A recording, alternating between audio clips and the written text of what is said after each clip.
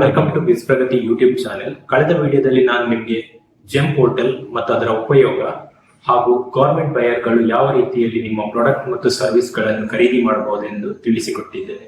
ಇವತ್ತಿನ ವಿಡಿಯೋದಲ್ಲಿ ನಾನು ನಿಮಗೆ OEM, ರೀಸೆಲ್ಲರ್ ಮತ್ತು ಕೆಟಲಾಗ್ ಮ್ಯಾನೇಜ್ಮೆಂಟ್ ಸಿಸ್ಟಮ್ ಬಗ್ಗೆ ತಿಳಿಸಿಕೊಡ್ತೇನೆ.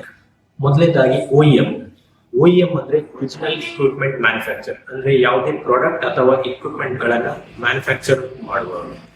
ಇವರು ಜೆಮ್ ನಲ್ಲಿ ರಿಜಿಸ್ಟರ್ ಆಗಬೇಕಾದ್ರೆ ಜೆಮ್ ಅಲ್ಲಿ OEM ಪ್ಯಾನೆಲ್ ಅಂತ ಒಂದು ಆಪ್ಷನ್ ಇರುತ್ತೆ. ಅದರಲ್ಲಿ ಅವರು ರಿಜಿಸ್ಟರ್ ಮಾಡಿ ಅವರ ಪ್ರಾಡಕ್ಟ್ಸ್ ಗಳನ್ನು ಮ್ಯಾನುಫ್ಯಾಕ್ಚರ್ ಅಂತ ತೋರಿಸಿಕೊಂಡು ಜೆಮ್ ಅಲ್ಲಿ ಸೇಲ್ ಮಾಡಬಹುದು.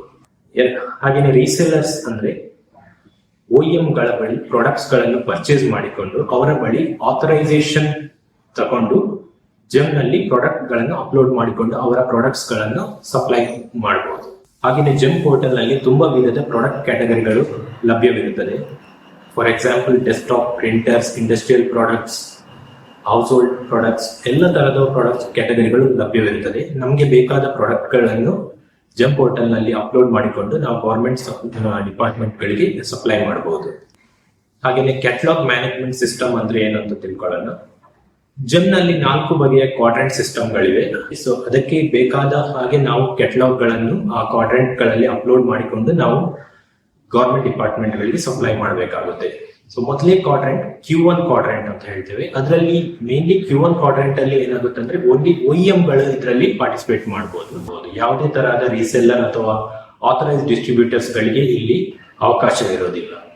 ಫಾರ್ ಎಕ್ಸಾಂಪಲ್ ಹೇಳಬೇಕಾದ್ರೆ ಯುಟಿಲಿಟಿ ವೆಹಿಕಲ್ಸ್, ಆಂಬ್ಯುಲೆನ್ಸಸ್, ಹಾಗೆಯೇ ಪ್ಯಾಸೆಂಜರ್ ವೆಹಿಕಲ್ಸ್, ಇವುಗಳನ್ನೆಲ್ಲ ಮ್ಯಾನುಫ್ಯಾಕ್ಚರರ್ಸ್ ಅವರು ಮಾತ್ರ ಜೆಮ್ ನಲ್ಲಿ ಅವರ ಕೆಟಲಾಗ್ ಗಳನ್ನು ಅಪ್ಲೋಡ್ ಮಾಡಿ ಗವರ್ಮೆಂಟ್ ಗೆ ಸಪ್ಲೈ ಮಾಡಬಹುದು.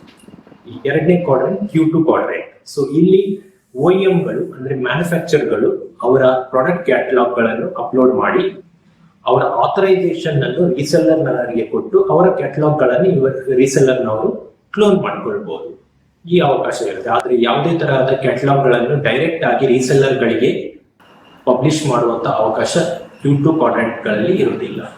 ಫಾರ್ ಎಕ್ಸಾಂಪಲ್ ಹೇಳಬೇಕಾದ್ರೆ printer, laptop, desktops, split AC etcetera ತುಂಬಾ ಈ ತರಹದ ಕೆಟಲಾಗ್ ಗಳು Q2 ಕ್ವಾಡ್ರೆಂಟ್ ಅಲ್ಲಿ ಸಿಗುತ್ತದೆ. Next Q3 quadrant. So Q3 ಕ್ವಾಡ್ರೆಂಟ್ಸ್ ಅಲ್ಲಿ ಇಲ್ಲಿ OEM ಕೂಡ ಕೆಟಲಾಗ್ ಅನ್ನು ಪಬ್ಲಿಷ್ ಮಾಡಬಹುದು, ಹಾಗೆಯೇ ರೀಸೆಲ್ಲರ್ಸ್ ಕೂಡ ಕೆಟಲಾಗ್ ಅನ್ನು ಪಬ್ಲಿಷ್ ಮಾಡಬಹುದು. ಇಲ್ಲಿ ಮೇನ್ ಎಕ್ಸಾಂಪಲ್ ಹೇಳ್ಬೇಕಂದ್ರೆ pumps, lock nuts, furniture, safety equipments ಇದೆಲ್ಲ Q3 ಕ್ವಾಡ್ರೆಂಟ್ ಅಲ್ಲಿ ಬರ್ತದೆ. Next Q4 quadrant. Q4 quadrant similar to Q3 quadrant ತರಾನೇ ಇರುತ್ತೆ. ಆದ್ರೆ Q4 ಕ್ವಾಡ್ರೆಂಟ್ ಅಲ್ಲಿ ಬೇಸಿಕಲಿ ಅನ್ಬ್ರಾಂಡೆಡ್ ಪ್ರಾಡಕ್ಟ್ಸ್ ಜಾಸ್ತಿ ಇರುತ್ತೆ. ಬ್ರಾಂಡೆಡ್ ಪ್ರಾಡಕ್ಟ್ಸ್ ಎಲ್ಲ Q1, Q2, Q3 ಅಲ್ಲಿ ಇರುತ್ತೆ. Q4 ಅಲ್ಲಿ ಸ್ವಲ್ಪ ಅನ್ಬ್ರಾಂಡೆಡ್ ಪ್ರಾಡಕ್ಟ್ ಗಳು ಜಾಸ್ತಿ ಬರುತ್ತದೆ. ಸೊ ಹಾಗಾಗಿ ಇಲ್ಲಿ ಕೂಡ OEM ಗಳು ಹಾಗೂ ರೀಸೆಲ್ಲರ್ ಗಳು ತಮ್ಮ ಪ್ರಾಡಕ್ಟ್ ಕೆಟಲಾಗ್ ಗಳನ್ನು ಅಪ್ಲೋಡ್ ಮಾಡಬಹುದು. ಹಾಗೆ ಇಲ್ಲಿ Q4 ಕ್ವಾಡ್ರೆಂಟ್ ಅಲ್ಲಿ ಪ್ರಾಡಕ್ಟ್ ಗಳ ವ್ಯಾಲ್ಯೂ ಸ್ವಲ್ಪ ಕಡಿಮೆ ಇರ್ತದೆ compare to Q1, Q2, Q3 quadrant ಅಲ್ಲಿ ಇರುವ ತರ. ಫಾರ್ ಎಕ್ಸಾಂಪಲ್ ಹೇಳಬೇಕಂದ್ರೆ ನಿಮ್ಮ stationery items, books, copier, paper, room sticks, cleaning agents, cleaning liquids ಆ ತರದೆಲ್ಲ Q4 ಕ್ವಾಡ್ರೆಂಟ್ ಅಲ್ಲಿ ಲಭ್ಯವಿರುತ್ತದೆ. ಇನ್ನು ಜೆಮ್ ನಲ್ಲಿ OEM ಗಳು ಬ್ರ್ಯಾಂಡ್ ರಿಜಿಸ್ಟರ್ ಮಾಡಬೇಕಾದ್ರೆ ಅವರ ಪರ್ಟಿಕ್ಯುಲರ್ ಪ್ರಾಡಕ್ಟ್ ನ ಟ್ರೇಡ್ ಮಾರ್ಕ್ ಗಳನ್ನು ಜೆಮ್ ನಲ್ಲಿ ಅಪ್ಲೋಡ್ ಮಾಡಿಕೊಂಡು ಅವರ ಬ್ರ್ಯಾಂಡ್ ಗಳನ್ನು ರಿಜಿಸ್ಟರ್ ಮಾಡಬಹುದು. ಸಪೋಸ್ ಬ್ರ್ಯಾಂಡ್ ರಿಜಿಸ್ಟರ್ ಆಗದಿದ್ರೆ ನಿಮ್ಗೆ ರಿಜಿಸ್ಟರ್ಡ್ ಬ್ರ್ಯಾಂಡ್ ಕ್ಯಾಟಗರಿಯಲ್ಲಿ ನಿಮ್ಮ ಟೆಂಡರ್ಸ್ ಆಗಲಿ ಯಾವುದೇ ಡೈರೆಕ್ಟ್ ಸಪ್ಲೈಸ್ ಅಲ್ಲಿ ನಿಮಗೆ ಪಾರ್ಟಿಸಿಪೇಟ್ ಮಾಡ್ಲಿಕ್ಕೆ ಆಗಲ್ಲ. ಸೊ ನಿಮ್ಗೆ ಡೈರೆಕ್ಟ್ ರಿಜಿಸ್ಟರ್ಡ್ ಬ್ರ್ಯಾಂಡ್ ಅಲ್ಲಿ ಪಾರ್ಟಿಸಿಪೇಟ್ ಮಾಡ್ಬೇಕಂತ ಇದ್ರೆ ನಿಮ್ಮ ಪ್ರಾಡಕ್ಟ್ ಗಳ ಟ್ರೇಡ್ ಮಾರ್ಕ್ ಅನ್ನು ರಿಜಿಸ್ಟರ್ ಮಾಡಿಕೊಂಡು ಜೆಮ್ ನಲ್ಲಿ ನಿಮ್ಗೆ ಪ್ರಾಡಕ್ಟ್ ಕ್ಯಾಟಲಾಗ್ ಗಳನ್ನು ಅಪ್ಲೋಡ್ ಮಾಡಬಹುದು.